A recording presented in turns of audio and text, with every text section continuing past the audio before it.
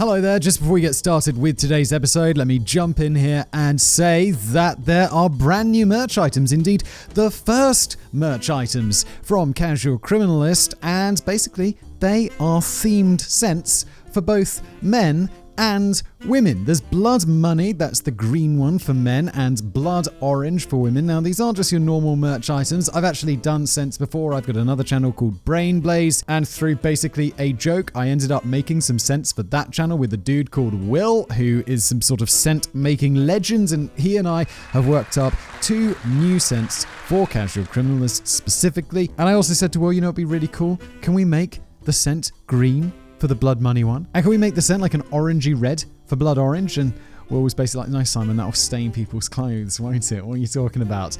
And then he totally figured it out. These, while they look colourful in the bottles, once you spray them on your skin, it completely disappears. I've even sprayed it on a white piece of paper. No stains at all. It's basically just a gimmick, but I find it really awesome. Oh, and also the smell, I suppose that's pretty important too. Blood Money is a classic, male smelling stuff, leather, pepper, sandalwood, tobacco. I smell this on my skin and it smells like, the closest thing I have is like, it reminds me of how rich people's houses smell. It's kind of like that leathery, old, woody smell, and I really like it. Blood Orange is a much more feminine scent. It's a lot more citrusy. It's got ginger. It's got something called neroli in it, which I've never heard of before. I actually prefer the scent of Blood Orange, but I suppose that makes sense because it's for women. I actually think this one smells fantastic. Anyway, where can you get these? Pop on over to allegedly.cc and check them out. Again, allegedly.cc, and you can grab these perfumes. And now, today's show. Hello everybody, welcome back to another episode of The Casual Criminalist. As always, I'm your host, Simon. What happens here? In this case, Jenny, one of my writers, has written me a script, The Besa Mafia, Fake Hitmen, Real Murder. I'm going to read it. It's what we call a cold read. I've never read this before. We're going to go on an adventure together. I see in the first line that the dark web is mentioned. And for some reason, I just find it so fascinating how there's this secret web of crime. I guess that's probably because I started a show about crime. So I have some interest in crime. Not doing crimes, just reading about them. Anyway, afterwards, Jen, our brilliant editor on this channel, is going to edit it.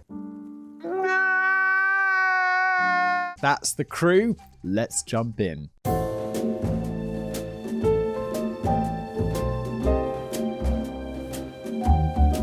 If you regularly browse dark web news or the dark web itself, you know that there is always some site being hacked, drug marketplace shutting down their own pages and simply taking off with the Bitcoin deposits of their users, or illegal service providers being busted by the feds.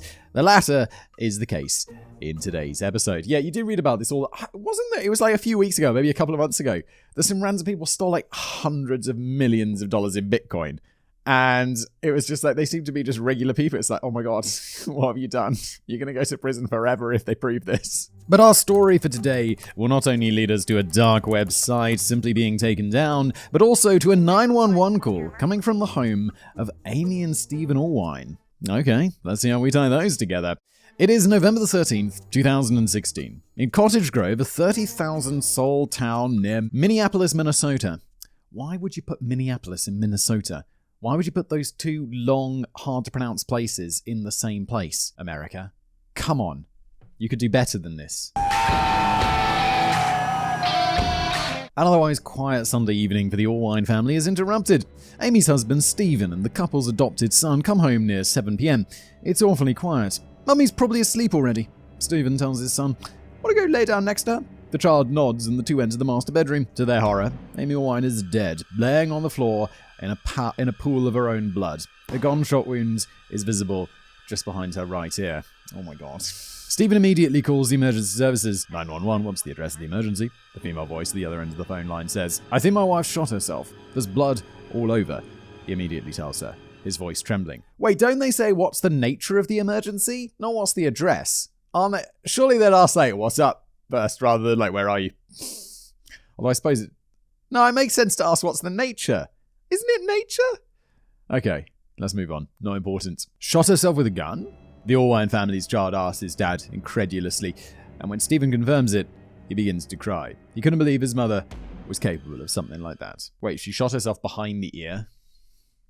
I'm just, for those listening, because this is a podcast as well, I'm like, wait, you're take the gun and point it behind your ear. Have you ever heard of someone kill themselves like that?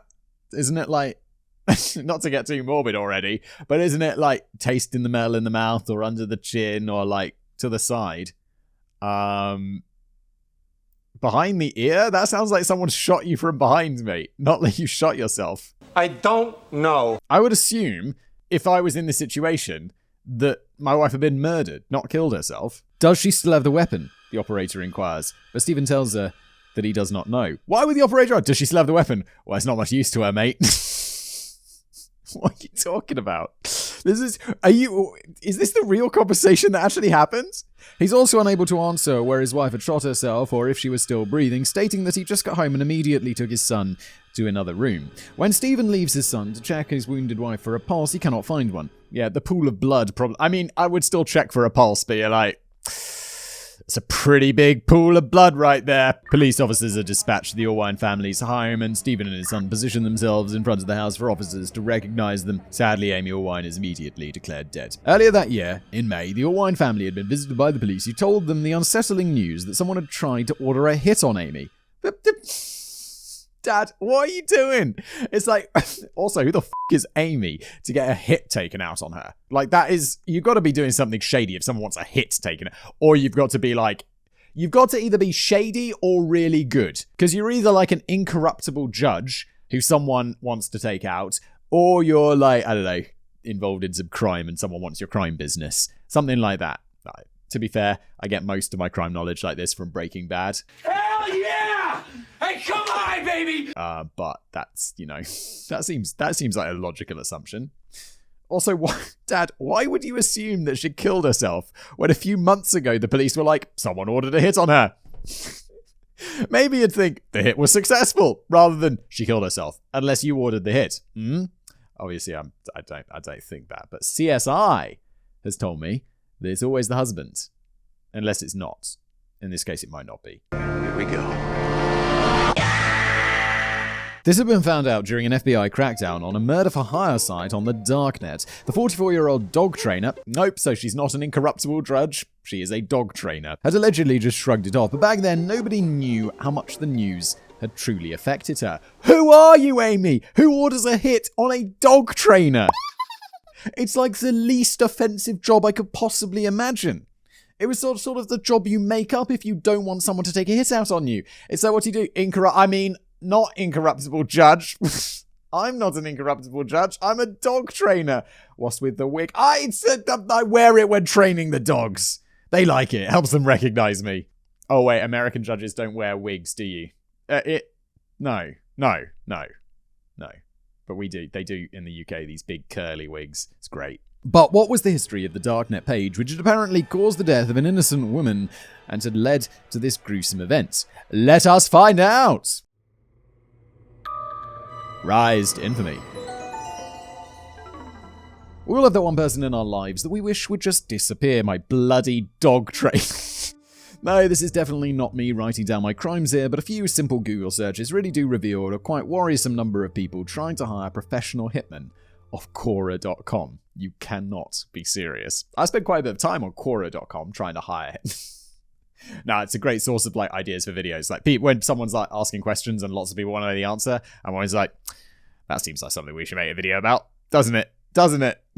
Now, browsing the most anonymous dark web might seem like a better idea than linking your devious plan with your Google account. You shitting me, people. We're all aware that hopefully most of the time hitmen sites, whether on the dark web or the clear net, meaning the part of the internet that's accessible via search engines, are still ruthless scams. I don't think it's really a ruthless scam, it's just a regular scam. Because if we're scamming someone who's trying to hire someone to kill them, I'd say, well, I don't want to say they deserve to get scammed, but they deserve more to get scammed than the random person who got rugged by a cryptocurrency, don't they? Therefore, barely anyone ever tries to order a hit from them and they vanish as quickly as they appeared. There is no one in my life I would like a hit taken out on. That's an insane thing. Are there really that many people who are like, I wish that person was dead? It's like, we've all had days where it's like, my f***ing boss, what a dickhead. I wish he was dead. Got better plans? My boss has been missing for 2 days. I don't even think I'd say that because it's really dark. I don't think I'd wish anyone dead. Jesus. Unless there's someone we feature in the casual criminal list. But like, no one I've bumped. If like someone murdered my family, it'd be like, yeah, I wish they were dead. But you have to. It has to be a really horrible crime, not just like, yeah, they're a bit of a dead boss. What is wrong with people? Calm down. Those who are stupid enough to pay their owners will simply take the loss and move on, as I don't imagine a trip to the local police station telling officers someone stole my Bitcoin when I tried to purchase a hit on my neighbour to be particularly pleasant.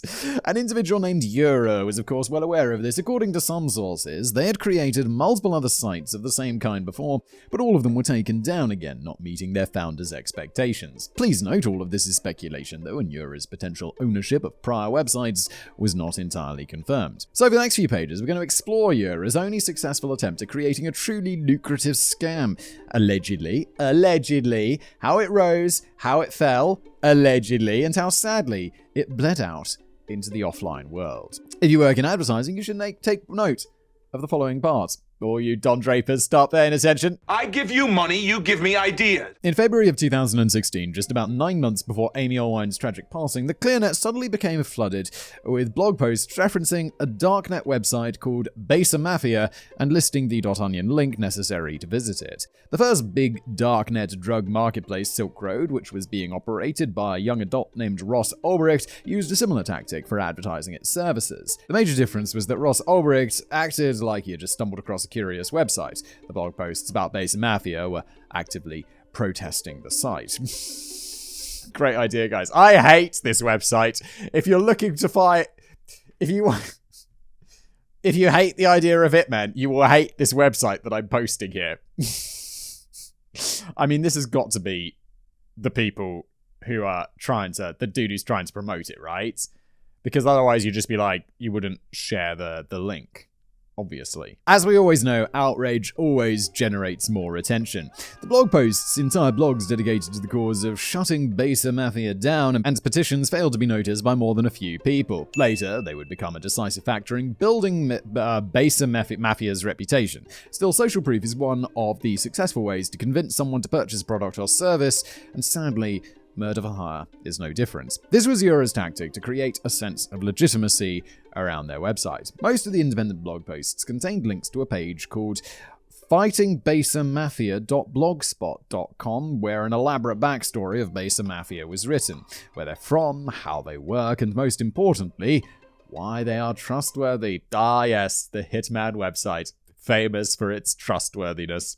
Of course, this was all a product of someone's, probably Euro's, imagination. Each blog post contained lines such as, "The purpose of our article is to expose their illegal activities with the hope of getting media pressure on the police and FBI, so they'll shut the site down. For more information, please visit fightingbesamafia.blogspot.com. After that, they would just slap the onion link into the article for anyone interested. The initial post, however, claimed that it did not intend to provide a link as to not promote the website, but simply Googling Besa Mafia a few days later would show any curious person more than enough blog posts protesting Besa Mafia, but containing the link, of course. That's pretty clever. So you're like, yeah, I'm protesting this, but I'm not including the link, and then people will obviously Google it, and then you've set up a bunch of other blogs where people are less smart and have shared the link in their protest, so it kind of separates you by one degree, which is kind of smart. This is kind of a clever scam so far. As we will later see, many people fell victim to the entirely made-up backstory about how the Albanian mafia runs the page and the many lives they've taken. Of course, the blog articles made it abundantly clear how much they condemned Besa Mafia's action while vouching for their legitimacy at the same time. I must say, in my many years of researching messed up shit on the internet, I never came across this unique form of marketing a scam before, especially one that put such emphasis on distancing the author from the scammer. For comparison, Ross Ulbricht portrayed himself as nothing more than a curious customer wanting to see if anyone else had the same positive experiences with their purchases on the Silk Road. I think that was the least of his worries when he was going to go. It's like, yeah, also, all of these other crimes, like running the drugs website and also misleading advertising. And they're like, what's the misleading advertising punishment? That's a fine. So well, I guess I'll pay that when I get out of jail and never. Jesus. The owners of Besa Mafia did the exact opposite by openly calling themselves out on their supposed murders and pretending to take action against their own services. Of course, a guide on how to pay for the gruesome and disgusting acts of violence on Besa Mafia's site was never missing. If you're even a little bit familiar with the dark web, you know that most of the .onion sites are trying to take Bitcoin from you in any way, shape or form. But unlike many other, for lack of a better term, half-arsed pages, Besa Mafia put an unprecedented amount of effort into luring customers into their elaborate trap. Yeah, I mean, because potentially you're going to make an absolutely large amount of money, and there's nothing people can do, because like you say, you can't go to the police and be like, I got scammed. The police be like, how'd you get scammed? And then you're like, oh, I see. I can't. See you later. Thanks. Nice to meet you. Yeah, I'm just going to walk out slowly backwards like Homer Simpson into a bush. Oh, okay. Marketing was their true and only strength, evident by the overwhelmingly positive reviews the site had accumulated over the next weeks. But how can a scam achieve such good reviews? You may be inclined to ask, well, that's probably like Trustpilot. And I don't know, those sites where it's like, it seems like you could, there must be fake reviews, right? About websites, because it's so easy to leave a review. I mean, you could start I must have like 700 Google accounts, because I've got, like, you start a new YouTube channel, you need a new Google account, you start this, you start that. It's like, oh my God. And all of those could leave reviews, I'm sure, and you can mark it so people can't see it's you. And that must be the same for all these other sites, right? So it's just fake reviews. Well, once again, the term we're looking for here is search engine manipulation. Ooh. Our well-beloved Eura actually hired a bunch of freelance writers. I think I know someone else who does that. Yeah, to fill Google results for Besa Mafia with posts about the great service, legitimacy, protection from law enforcement, etc. If you're unfamiliar with this actually quite common form of marketing, think of Fiverr, which you might remember from the PewDiePie scandal some years ago. Oh my God, yeah, that was so intense. It was like, can I comment and say that got blown out of proportion? I think it did, because it was just a joke. And I'm not going to go into details because I'll probably get demonetized, because YouTube will be like, uh-oh, you can't say that. You can't say that.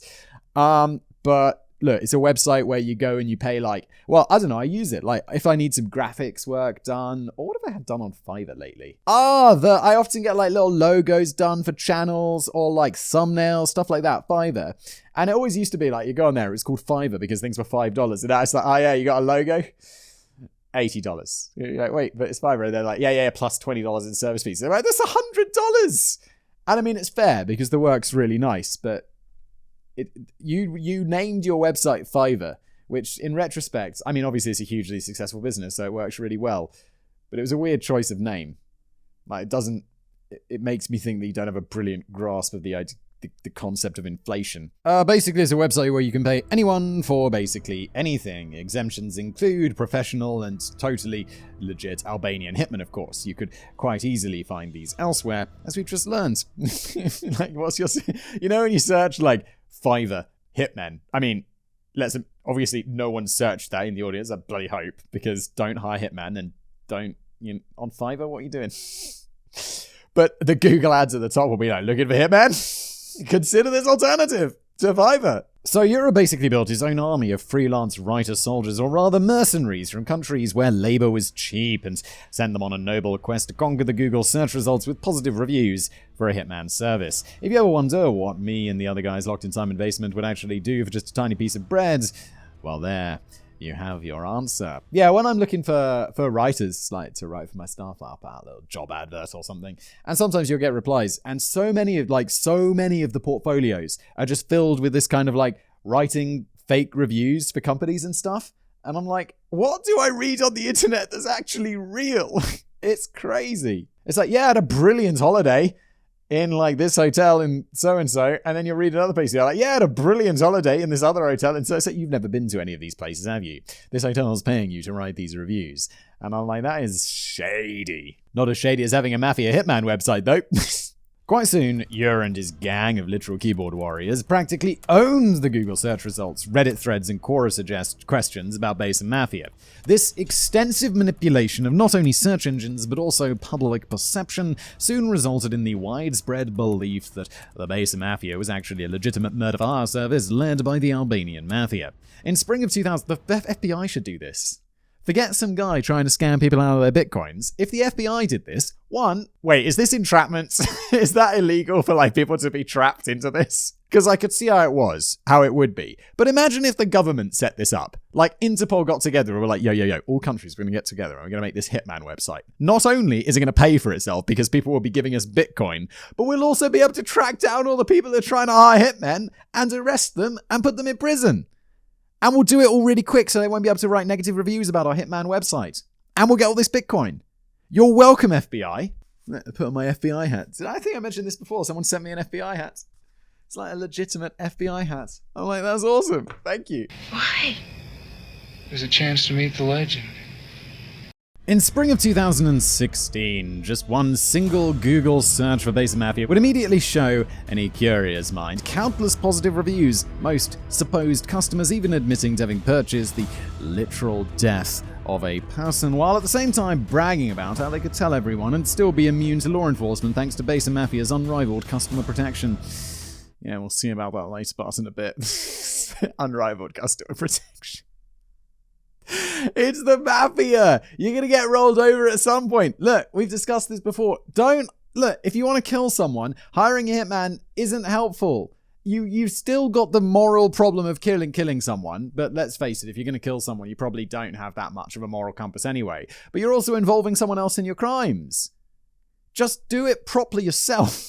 I don't want to say that. That's a terrible thing to say.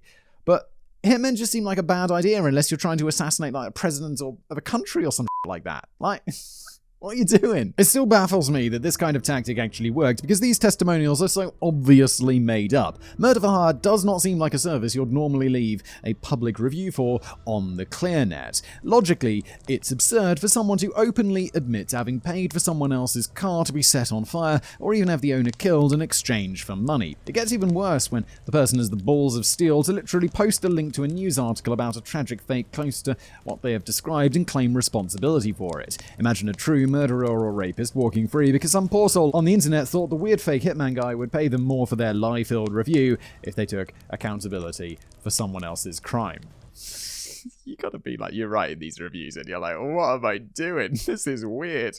Okay, let's just assume it's part of some augmented reality game on Web 3.0. Or I don't even know what Web 3.0 is, but that's what I'd tell myself. The sheer number of individuals who would later end up paying for a hitman just shows how quickly common sense can get thrown out of the window if enough credible social proof is available. But still, this is only the beginning of the Besa Mafia story. Soon, some hobby investigators and internet journalists began taking a closer look at the site, and they started to get to grips with the whole scam operation. The involvement of Chris Montero. Chris Montero is a British systems administrator by profession, so he has a good amount of experience in the field of computers, networks, cybersecurity, etc. In his free time, he does research on cybercrime and writes about it on his blog. Not much more is known about his past or present, as he wishes to keep his personal information private for good reasons. That sounds like a very good idea, Chris. This is one of those things where, like, I won't make videos about some things, because I'm like, yo, I don't want to get murdered.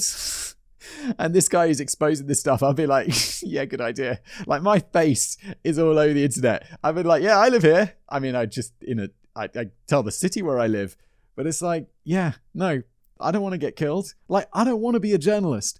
I've had writers write stuff for me and I'm like, yo, my dude, I'm not reading that. I'm not making a video about that. Are you insane? I'm going to get killed. I mean, not killed, but like, it's not going to be a good time for me. I'm not a journalist. I really admire journalists. I think they do brave things and they expose all of these things. And I'm like, do I want to do that? No. Good Lord, no. I don't want to get in my car, turn the ignition and be blown up. Christ. Good for you, journalists, but I'm a big coward. The major part of Montiero's research and writing focuses on the technical aspects of the deep web and cybercrime, but he also focuses on debunking false rumors, publishing his findings on various online encyclopedias. On February 20th, 2016, when all of the Fighting Besa Mafia blog articles surfaced, the entry for internet assassination on the site Rational Wiki had changed. A single paragraph was added, basically saying that all internet murder for hire pages were scams, except for Besa Mafia, of course. Very covert there, my guys. Of course, this edit was quickly reverted by moderators, but later reinstated by the same anonymous user. Being an active member of that community, Montero decided to look deeper into the matter. behind the strange user. After some research, Montiero wrote a blog post in which he essentially reviewed the .onion site in a professional and neutral manner and ended up exposing it for what it really was. A scam. In his conclusion, he wrote that he would praise the site for being an effective fake, but criticize the absence of a feature known as Bitcoin tumbling. That sounds exciting. Since Bitcoin tumbling is not very well known outside the dark web community, I'll provide a quick and easy explanation. Essentially, Bitcoin tumblers are small programs that send Bitcoins from point A to point B like the normal, openly visible blockchain. To avoid the transaction being seen by literally everyone, which would be possible without Bitcoin tumbling, the origin and destination of the Bitcoins are obscured by sending smaller cuts of them over multiple different Bitcoin wallets and at different times. It's a bit like money laundering in a sense. I have to say, I'm a little bit confused. But it basically, because Bitcoin is not anonymous. Like, you can use it to pay for shit anonymously, right? But wasn't there that famous case, or like that famous worry that people had? Whereas, like, yeah, let's say you'd bought, like, you got, like, your Bitcoin wallet, right? I'm going to sound so dumb to anyone who knows anything about Bitcoins right now, I'm sure. I'm really sorry in advance if I'm getting this wrong. But my understanding is, if you have a Bitcoin wallet, and let's say your Bitcoin wallet is called Mike, and obviously it's like some long number or whatever, but let's say it's called Mike. And you use Mike, your Bitcoin wallet, to buy crack. And this crack gets delivered to your door. And you're like, great, I bought crack anonymously on the internet and it got delivered to my door. No worries. No one can trace that. You've topped up your Bitcoin wallet anonymously. It's all good. But then later on, you use your Bitcoin wallet Mike to buy Domino's pizza. And the Domino's pizza gets delivered and they're like, well, we can look at that. We can see that, like, Domino's can be like, well, you know, John bought pizza with this Bitcoin wallet Mike. And we can also see that he bought crack. Is that how it works? Is that what the public ledger means? I'm sorry, I'm going to stop trying to explain something I don't understand. From what I understand from this Bitcoin tumbling, it makes it anonymous, so you can buy crack, or in this case, murder, anonymously. Basically, Monteiro concluded that without the use of a Bitcoin tumbler implemented in the site, the money was very easy to trace. For this and a number of other reasons, Monteiro publicly branded the website as a massive scam operation. He also found out about the shilling that was going on Reddit, pointed out that only recently created Reddit accounts, which were not labeled as throwaway accounts, which is a common practice on Reddit in case a user does not want to be linked to his main account, or were starting threads on Besa Mafia's legitimacy and openly endorsed the site. Soon after his public expose, Monteiro received the following email. Hello, I am one of the admins of the Besa Mafia website on Deep Web. I saw your blog at this link. Link removed by me for better readability. Great. Would it be possible for us to pay for a true and honest positive review?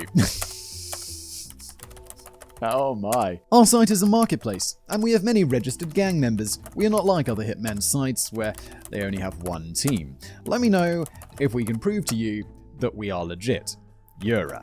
P.S. No PGP key unless you ask for. Oh my god, what's a PGP key? So I feel like I know my way around a computer, but then we could get to like this complicated. I'm like, I have no idea. Don't know. Just turn it on and turn it off again. Another small explanation, a PGP key can be used to encrypt messages so that nobody except the intended recipient can decrypt and read them. Every PGP key has a private key with which they encrypt their messages and mark them only to be decrypted by the recipient's public key. Okay, what? It's okay, so encrypted messaging? Therefore, it's one of the safest messaging systems out there, and almost every dark web marketplace makes it mandatory for seller and buyer to communicate via PGP encrypted messages. Isn't this like, I feel like most of the apps that you open them up and it's like, encrypted with end-to-end encryption, or whatever, and I'm like, that's cool.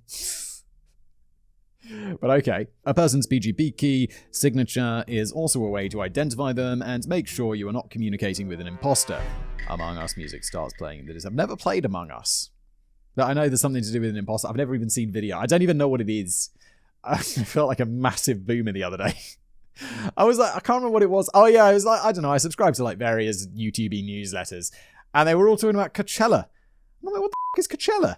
So I Google it, and then I'm like, oh, it's a music festival for, like, young people or some shit like that in, like, California. And I'm like, I've never felt so boomer in my life. Googling what is Coachella. When did you get so old? So Yura is basically telling Chris Montero that they will only identify themselves as the real deal if he specifically asks for it. The conversation became a rather lengthy one, so I'll not include it here. If you're interested, you can read the entire conversation at pirate.london.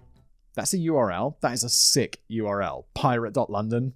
I love it. The email exchange later became a fully fledged interview, which mostly consists of Yura deflecting, but a few notable points did end up ensuing. At one point, Yura makes Montero the offer to pay a monthly fee of $50 for an advertisement on the advertisement banner on the latter's website, which, while Montero, given his obvious history with Besa Mafia, denies if he had accepted the terms. You're gonna put a banner advert to a Hitman website on your website for $50 a month. This is the most insane thing I've ever heard. What are you talking about? If he had accepted the terms, which also included him remaining neutral toward Besa Mafia in the future, this script would have probably ended there. Yura also offers to have one of Montero's enemies beaten up for free, or have someone's car set on fire. Someone was clearly getting desperate, but Montero, of course, showed no interest once again. Yeah, because Montero is a normal human being.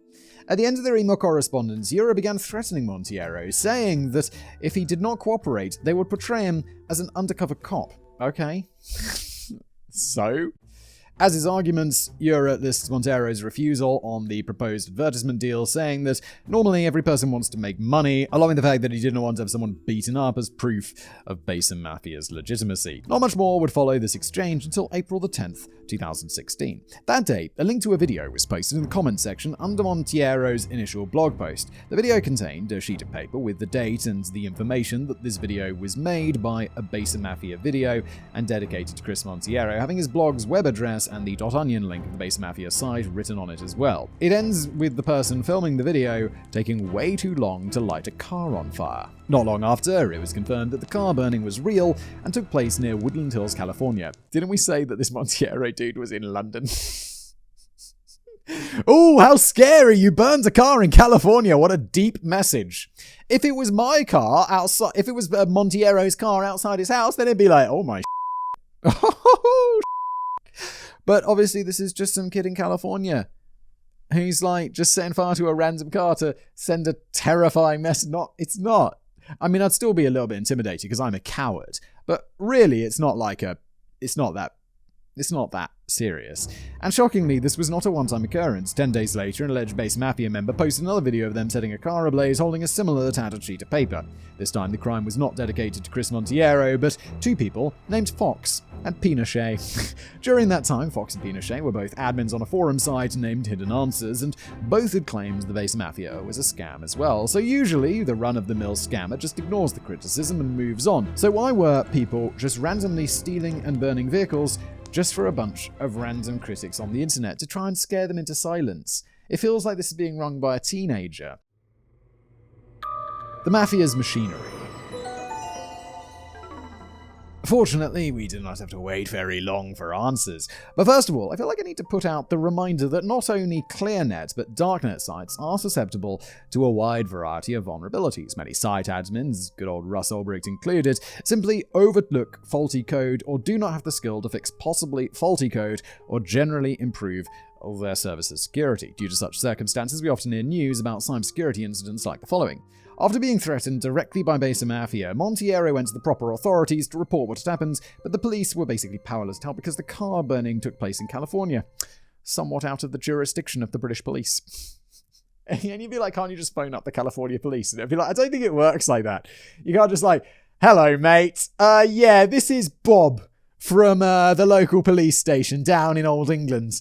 And they got there with that, all right, mate, I don't know what you're talking about, but yeah, we got a burned out car. And it's like, that's what you're going to coordinate some international investigation? Come on. Montero felt the only thing he could do was take the matter into his own hands. Oh, so he decided to try and silently hack the Besa Mafia website. This guy sounds like a bit of a legend. After some unsuccessful attempts, he reached out to a colleague of his who went by the moniker Judge Judy. Together, they managed to exploit a vulnerability of the site's messaging system and were able to access all messages that were ever sent or received on Besa Mafia. So much for your customer protection, eh? Their findings turned out to be incredibly disturbing. Now here comes the totally surprising reveal that you've all been waiting for. The site was a complete and utter scam. Oh my god, what? It's going to be mostly people like, wait, have you killed my husband yet? Why is my brother not dead? Where's my bitcoins? I'm going to go to the police. No, you're not. But the byproduct of such a fake site was a very real hit list. With, oh my god, I forgot someone was actually murdered. This video's cold open with someone being murdered. Ah! With the tech support scam, for example, the guilty party is 100% the person trying to rip off your grandma. But in this instance, the person getting ripped off is the one with criminal intentions, the evil one, if you will. Yeah, in this case, the person getting ripped off is probably the worst person. Like, the other person's just like scamming people for money, which obviously is not a good thing to do, but it's not hiring a hitman, is it? To kill someone. It's not the same level of, moral horribility. Horribleness? My big brain's not working today. If you really think about it, Yuri was scamming would-be murderers, since the customers wholeheartedly believed the Besa Mafia was legitimate, as I doubt anyone would willingly spend a load of money on something they knew is a scam and potentially risk prosecution. They paid real money to have people brutally murdered. Chris Montiero and his friend Judge Judy, God, I'd love to be pals with the real Judge Judy. Really? Would you?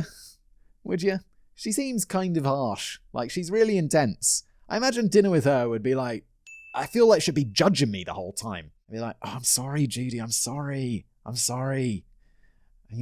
They got their hands on the entirety of the sick requests made to Besa Mafia's supposed hitmen. Something I didn't mention yet is that Besa Mafia did not only employ a professional Albanian mafioso, but any user could sign up to be a contract killer as well. Please remember that it was a scam, Hitman 3 video game fans. Okay, I'm leaving. Yura had managed to manipulate a man by going by the username THCJohn2 into being their little puppet. They had decided to make John perform a kind of audition tape in order to become a member of the Besa Mafia. The tape was meant to include footage of him torching a car.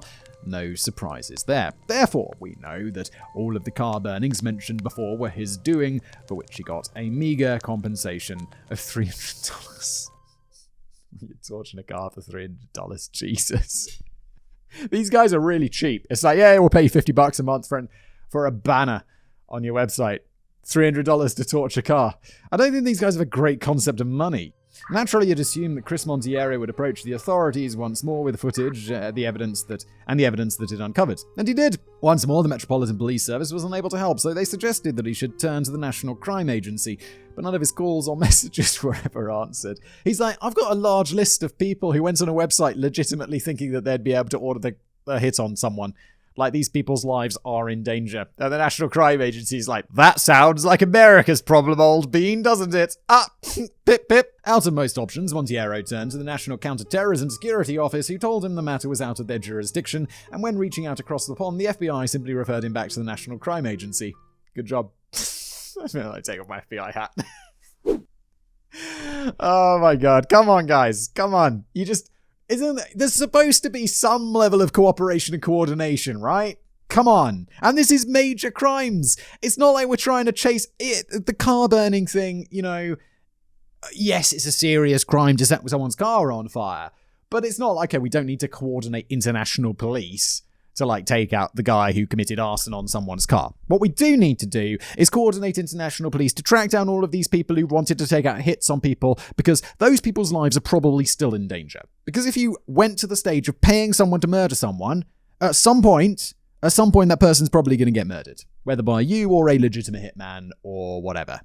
So, how about we do something with that, cops? Come on. While the authorities dragged their feet, another hacking of the Besa Mafia website took place. Please keep in mind that Chris Montiero and his friend did it privately to prevent any dangerous people from going into hiding. The latest hacker, however, an individual naming himself BRPSD, exploited the same vulnerabilities in the website's code, downloaded basically everything he could get his hands on, and posted it online. Oh, the file dump was split into two parts. We still have access to the first one, while the second lies fragmented all over the internet. The first part of the dump contained all the login info of all Besa Mafia users in plain text when the site was hacked, and so on. I must say that the best and most poetic part of the user info is that Yura set the password to which sums up the next part of the file dump and then some future events pretty accurately. It consisted of two .csv files listing 38 hit orders, 2,682 messages, target photos, phone numbers, and more. Those 38 hits brought Besa Mafia around $60,000 in income within 2 months. This is more than one hit request every other day. Police, you better do something with this.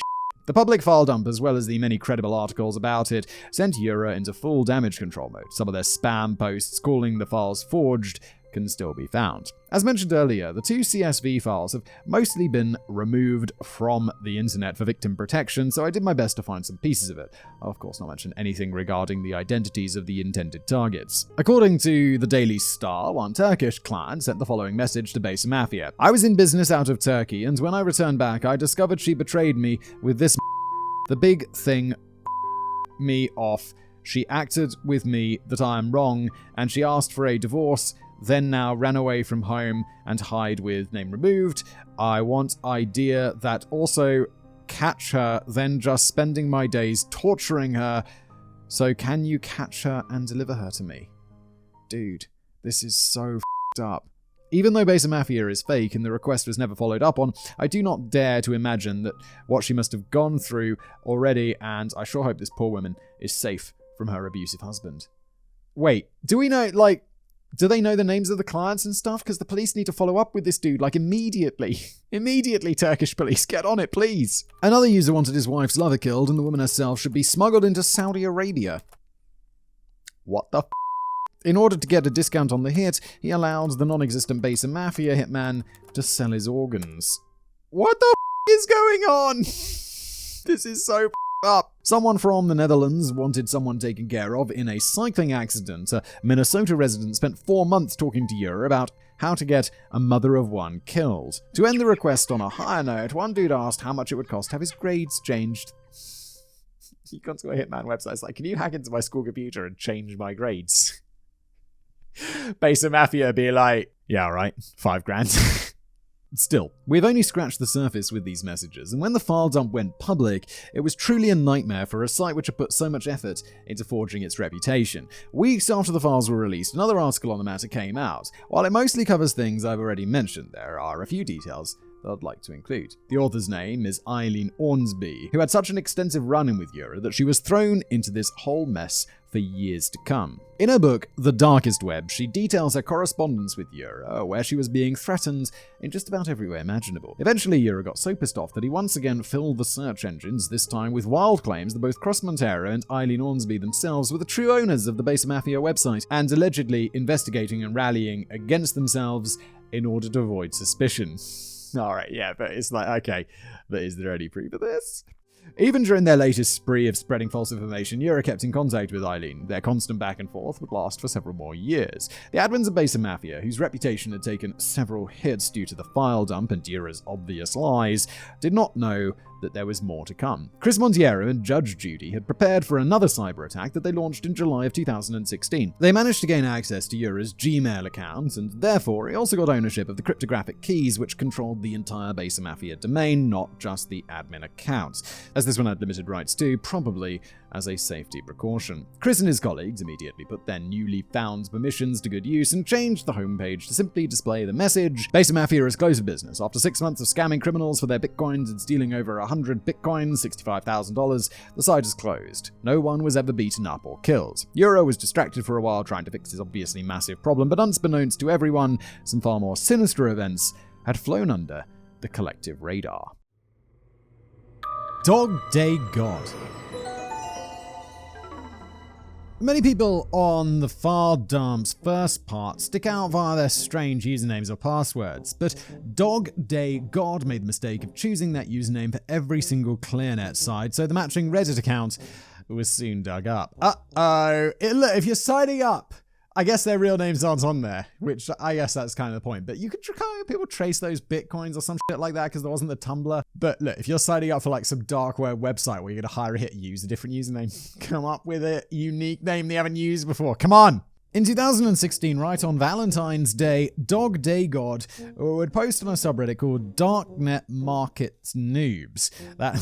You do seem like a bit of a noob, don't you? That subreddit had been banned for a while though, while I still managed to find his original post just sans replies. New to the markets, they tell the community. But I assume there are law enforcement officers posing as sellers in the markets. How do I identify a law enforcement officer from a real seller? Any tips would be helpful.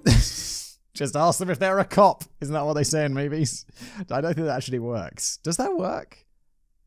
I'll be very curious to know. Let me know in the comments. As we can see, their criminal energy starts to show right during Besa Mafia's giant ad campaign. It's good for the latter's profits as they create a user account on the Besa Mafia website the next day and immediately send their first message. Just so you know, the PDF file containing the entire conversation between an admin, probably Yer, and Dog Day God is over 80 pages long. Good lord. And mostly consists of persistent nagging on the client's part, so I'm just going to go over the key messages. Dog Day God's first message had the subject, Bitcoin anonymously. Still tame enough, right? I'm looking to hire you for a hit. Oh boy, there we go. But what is the recommended way to convert cash to Bitcoin anonymously? If I pull $5,000 out for a hit, after the hit I would assume that the police would see the draw and wonder where it went. So even if the Bitcoins are not traceable, that missing money would raise suspicion. Is there a way to make it look like I'm buying something and end up with Bitcoins so that the money looks like it's going to something tangible and not cash to pay for a hit? I mean, it's pretty sensible. That shows some level of foresight, doesn't it? Euro replied the same day. Hello, you could exchange Bitcoin on Coinbase.com and localbitcoins.com. We will plan a date together for the hit where you travel outside of the city for a day or two. This makes everyone know that you could not be the murderer. He hasn't answered the question yet, has he?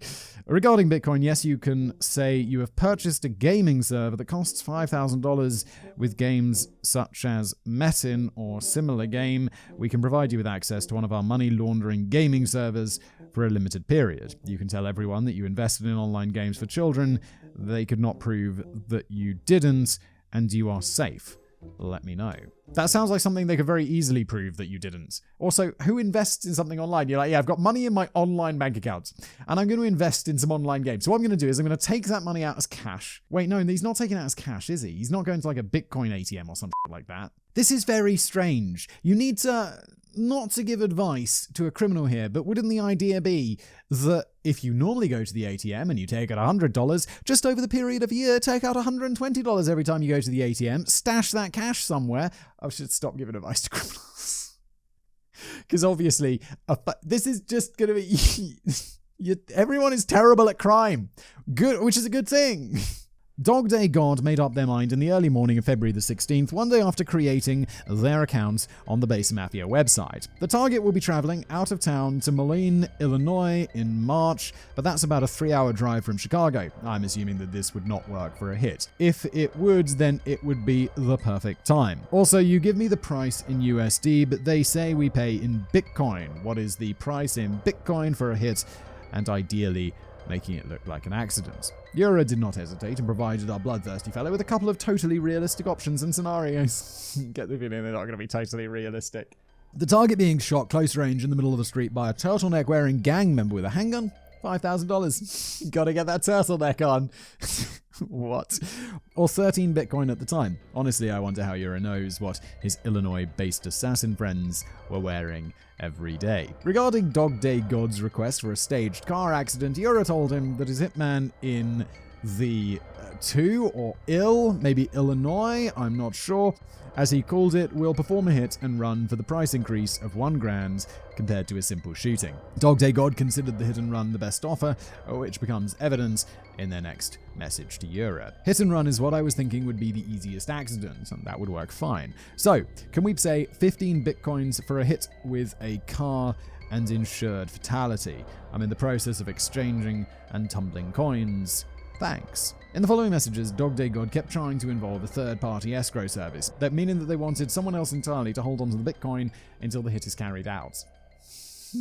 I mean, logically that makes sense. It's like, yeah, when you buy a house, it goes like the deposit or whatever, goes to an escrow service. But this is a hit, and you're committing a major crime. How about... This is insane. You're involving way too many people in your crimes. After a couple of unanswered messages, Yura explained to Dog Day God how Besa Mafia was basically the escrow service, and it only took the role of the middleman so that the clients and hitmen could communicate. He also claims the Besa Mafia only keeps 20% of the payment and forwards the rest of the hitman responsible for the murder. Dog Day God, however, was not satisfied yet. Soon they became increasingly apprehensive toward the topic of Besa Mafia being a scam. Quote, okay, I did some research and everything that I read says you are real and can carry out what you say you can do. They say Besa means trust, so please do not break that. He wrote another message simply titled Trust, which said, "For reasons that are too personal and would give away my identity, I need this dead. So please help me. Thanks." Yura provided them with reassurance, confirmed that Besa did in fact mean trust, and explained the process of ordering the hit to Dog Day God, essentially trying to end the uncomfortable confrontation. He also reiterated the importance of being far away from the intended target while the hit was being carried out, suggesting that Dog Day God drives to another city and let themselves be recorded by cameras in a public space like a library or a shopping mall. This is so suspicious, though. How do you not see? It's like he's taken $5,000 out of his bank account, and on the day that someone's murdered, he's randomly driven to another city and just walked around a shopping mall. The police are going to be like, "You did this. You did this. Somehow you did it, and we're going to find out how.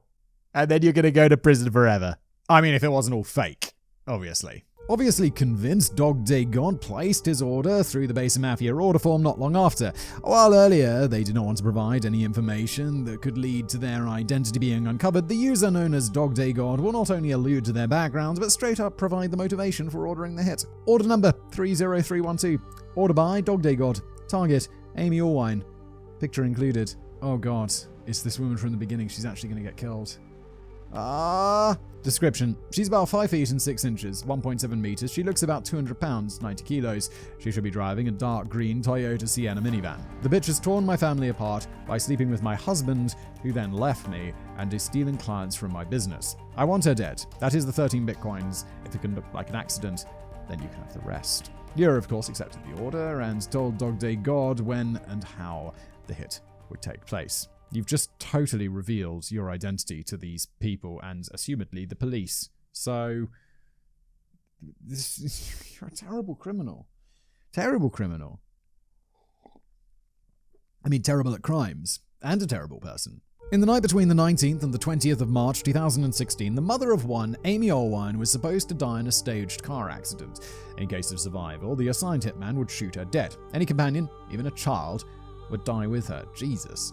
Dog Day God could not care less about any other casualties besides Amy. She will actually drive from Minneapolis through to Cedar Rapids to Malign. She will have a companion with her, but no one that I care about. Over the course of the next couple of weeks, Dog Day God and Yura would be engaged in a constant back and forth about the details of the hit, which then slowly turned into Yura coming up with excuses as to why they had to change the plan, continuously postponing the date of the hit and trying to get more money out of Dog Day God. I will skip over the tedium, but another notable message is sent to Yura by Dog Day God on the 31st of March, more than a week after the hit was supposed to have taken place. It reads, "Hello, I was very disappointed that the hit did not happen between Thursday and Monday as it was expected to. I realize that things happen, but this just tore my family apart by sleeping with my husband who then left me and is stealing clients from my business. I've had to continue to act like her friend to get information, and I cannot do it anymore. I've gone out of my way to try and get you good information." This is badly written. I apologize for stumbling all over it. "I feel that I'm at risk of being suspected if I ask too many more questions. You have had 3 good attempts at her, and none of them have worked." Dog Day God would suggest many more ways to end Amy Allwine's life and displays some rare care for the life of Amy's son, as he is a friend of Dog Day God's own child and Amy's husband, who they ask Yura to spare. Dog Day God then sets May the 1st as the deadline for the hit to have been completed, otherwise they demand their money back. To help the assigned hitman, they provide Amy's routine for the following month. As we all know, Amy was still alive on the 1st of May, and 18 days after the deadline had passed, Dog Day God would finally apply to get his money back from Besa Mafia. Just requested a refund. You guys have not been able to get this done, which is sad. I expected more from you and the people that you contract with. I'm not impressed with your organization's ability to hire quality individuals to do an easy task. So what are you going to do? Leave a bad review on Trustpilot? I may reach out to you again if I have the additional funds for your high quality people, but until then I need the money back to keep what is left of my business running. I hope you guys have not screwed my business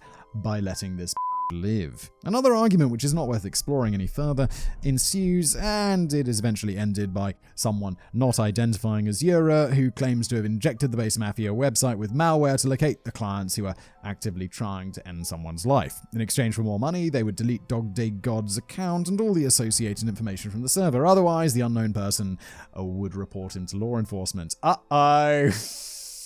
What did you expect? It's a scam and you've admitted to wanting to murder someone. They have you over a barrel.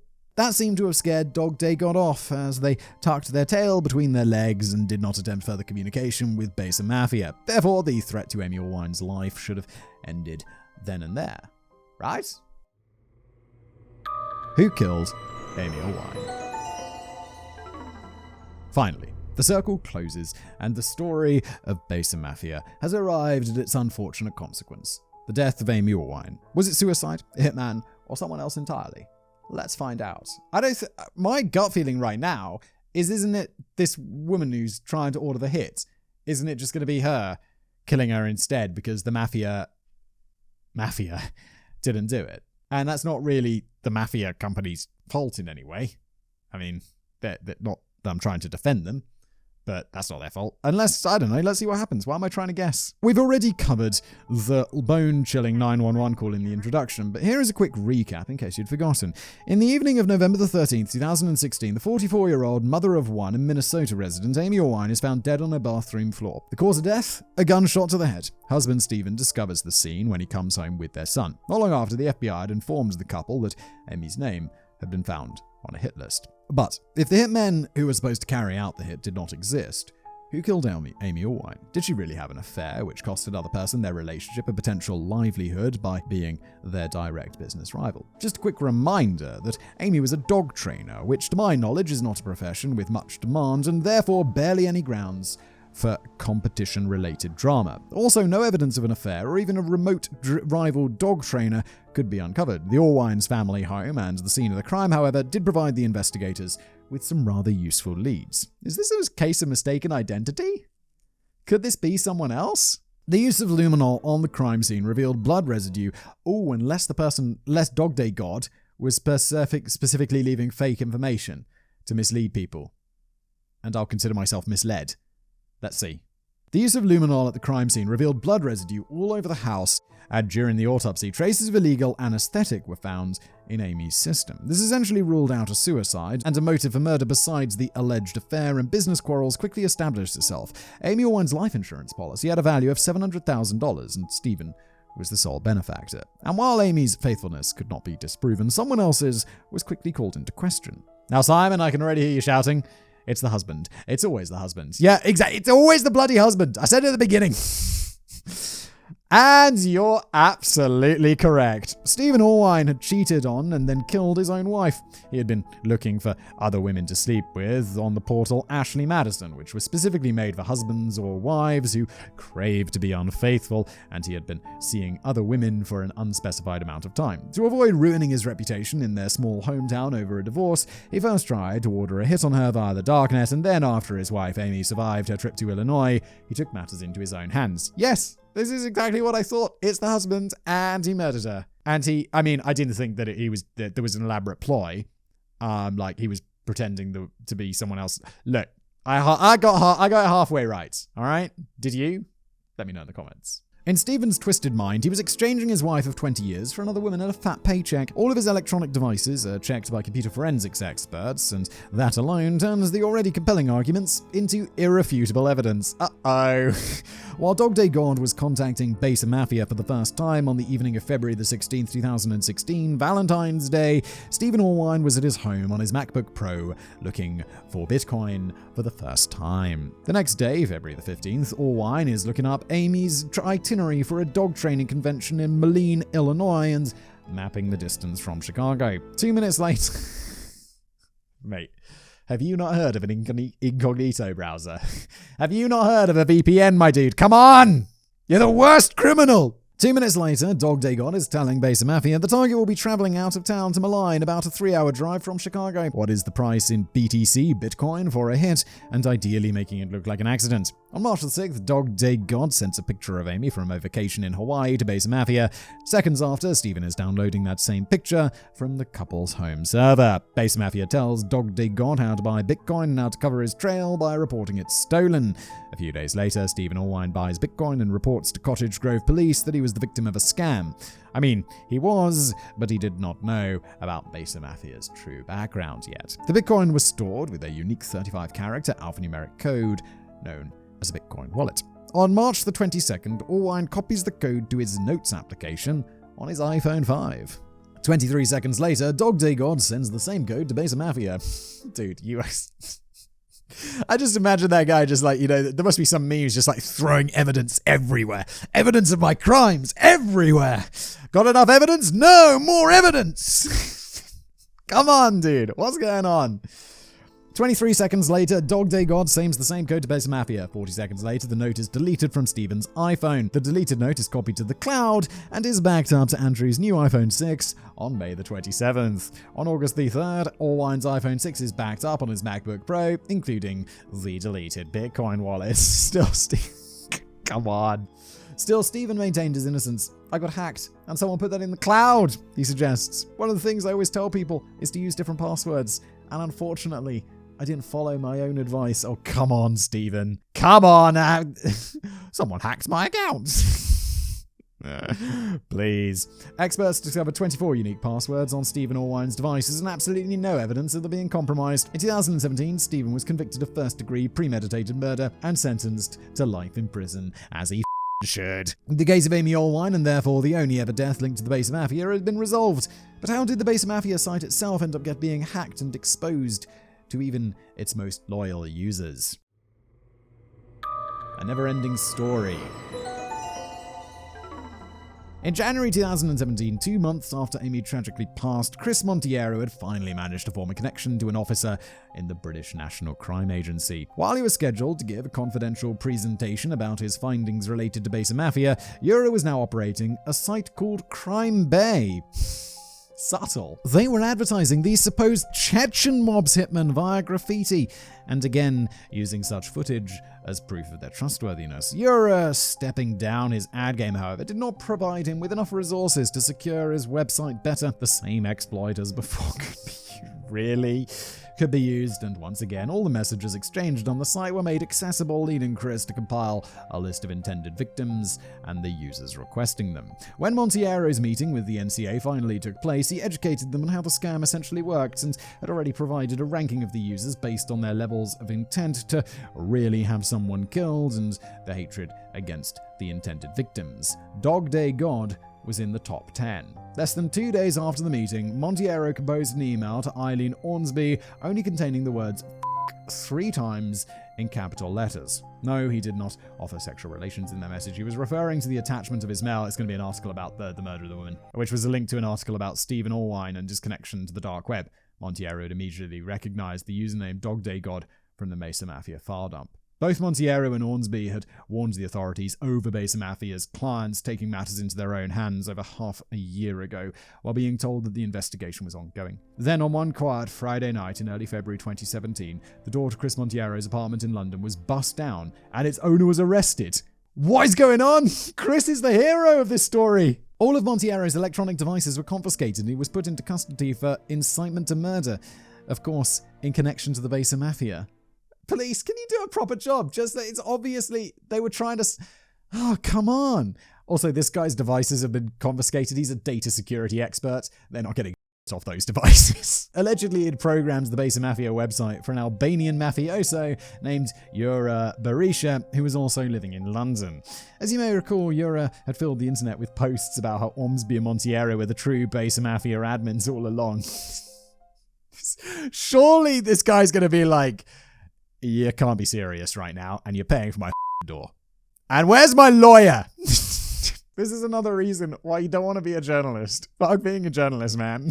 You don't need this in your life. But again, this guy's a hero. I admire people who do this, I just don't want to be them. Now, almost a year later, this came back to bite him, caused by the renewed interest in the case due to Stephen Allwine's conviction. After 2 days of explaining the situation, Chris Monteiro had managed to clear the air, and once the interrogators caught up on the story, he was released. He spent 2 days in jail. Dude. 3 months later, and he'll be like trying to explain to them, and they'll just be like, don't get it. Just don't get it. And Chris is like, okay, I gotta explain it 17th time, Jesus Christ. 3 months later, in May 2017, a seizure notice by the National Crime Agency in cooperation with the United States Department of Justice appeared on the Crime Bay website, and news of its users getting arrested all over the world started to appear. A retired doctor was arrested, trying to hire a hit on his financial advisor, but was later acquitted because he never paid. An Italian woman was sentenced to 6 years in prison because she had ordered her ex-boyfriend be killed. the list goes on. Okay, so it sounds like you did it just too late. In the meantime, Ormsby and Monteiro had both taken part in news segments for CBS, searching for the identities of people participating in active online murder for hire plots. CBS then accompanied them to the local authorities, where they gave reports, which would then lead to actual arrests. But what about the person behind it all? Yura also had not dragged their feet and was operating yet another hitman. You're a man. Jesus Christ. Cut your losses. Jesus. It's like your website has been seized by the crime agency and the Department of Justice, my dude. Just go. You gotta go. Don't do it again. You just be like, oh my God, how have I not been arrested yet? Let's not do this again. And let's try other crimes or just not crimes at all. He was running another hitman site by the name of Cosa Nostra. On there, he actually posted a video revealing nothing more than his gender and talking about how the CBS segment would actually prove his site to be legitimate. He even provided supposed targets for CBS to investigate. To be fair, he's still in contact with Eileen Ormsby and has gone from baseless accusations and threats to being more open and actually providing tips about the worst people he deals with and also regularly sending information to authorities. So, this guy's kind of like... He's kind of doing the police a favor in a weird way. He is. He kind of is. And he's getting money from doing it. I mean, don't want to say it, but respect. Not as much for Monterio. That guy's a true legend. While this whole television stint was great for making some things actually happen, the National Crime Agency has yet to assign a higher priority to such cases. It's also worth noting, two people went to jail, or one guy went to jail in Italy and another guy got he was acquitted or whatever. But it seems like progress. It's also worth noting that while Chris Montiero's intentions for hacking Yura's website over and over again may be noble, he's treading in dangerous water. Due to the Computer Misuse Act of 1990, his actions are not classified as either legal or illegal, and he cannot take further action against the websites without breaking the law. Oh yeah, he hacked a website, didn't he? But it's a crime website. Come on! Boy. What the Chris is the hero. He's having his door broken down by the police. They're like, you're going to go to prison for hacking. He's like, I hacked a Hitman website because I did your job for you. Therefore, he always ends up with a very real kill list, which he then forwards the proper authorities to take care of. He's Batman. Leave him alone. He's also reportedly hacking and stealing data from other Hitman sites. And until 2020, he had made 283 individual submissions to the authorities and only 9 arrests are yet to be made. So, if you have contact to local law enforcement or are a journalist, you should get in contact with Chris Monteiro. There are some exceptions to this. However, when I sent him a detailed email about my background and why I wish to interview him for this episode, he sent me a short reply telling me that he only speaks to actual credible journalists who also have to be from the United Kingdom. That's very specific, Chris. I got no problem with this, though. I'm sure he's a busy dude. This is fine. And we're a podcast on YouTube. We're not exactly the Guardian. I have no bones about that. Moving forward, I feel like it should suffice to say that despite every video, article, and even arrest, people will still be trying to hire hitmen over the internet. God knows how many videos have been made exposing tech support scammers, and they're still more active than ever. It's so true. They just don't care. Because there's still people out there who haven't seen those videos, and they're still, oh yeah, I'll send you some money. Good Lord, don't send people money. Also, don't these people who are trying to get others killed deserve to be scammed? Just some food for thought. Yeah, they deserve to be arrested. But the fact remains that these plots need to be investigated by law enforcement. There was enough evidence to support an arrest of Stephen Orwine even before he murdered his wife in cold blood. Right now, we're stuck in an endless circle. Submissions are constantly being made to the authorities while people like Yura just create new websites each time they're exposed or taken down. Yura, I get a feeling we're going to end this episode with Yura he's scot-free, man, which is insane. There will always be people trying to get rid of their enemies via hitmen. There will always be people trying to capitalize on the ruthlessness of others. Luckily, no other death beside the tragic passing of Amy Orwine has ever been linked to online murder for hire services. Still, I do not dare imagine how many other murder victims have been on such hit lists and have lost their lives because law enforcement didn't react quickly enough when the obvious threat was made. But also, law enforcement's mad busy. It's not like they're just sitting on their hands out there, not looking into crimes. There's so many crimes. They're busy. It's like phone up the National Crime Agency and he's like, yeah, I've got this list of people I think are going to get murdered. They're not like, no, I'm having coffee right now. They're like, look, dude, there's so much crime, dude. Maybe one day such crime will be taken more seriously and every single victim on an online hit list will be protected. Until then, we have to rely on the work of volunteers who try to get the authorities properly investigate the people who are such a danger to others. Thank you, Eileen Ormsby and Chris Montiero. Yeah, legends. Love it. This has been an episode of Casual Criminalist. That's where it ends. No dismembered appendices today, I suppose. Thank you so much for watching. If you're listening to this as a podcast, leave us a review. We have so many reviews on Spotify. It's amazing. It's like thousands. Holy and I only started doing like accepting reviews like a couple of months ago. I love it. You guys came through. It must be like 6 months. I record these so far in advance. But yeah, excited about that. Thank you, everybody. And I'll see you next time.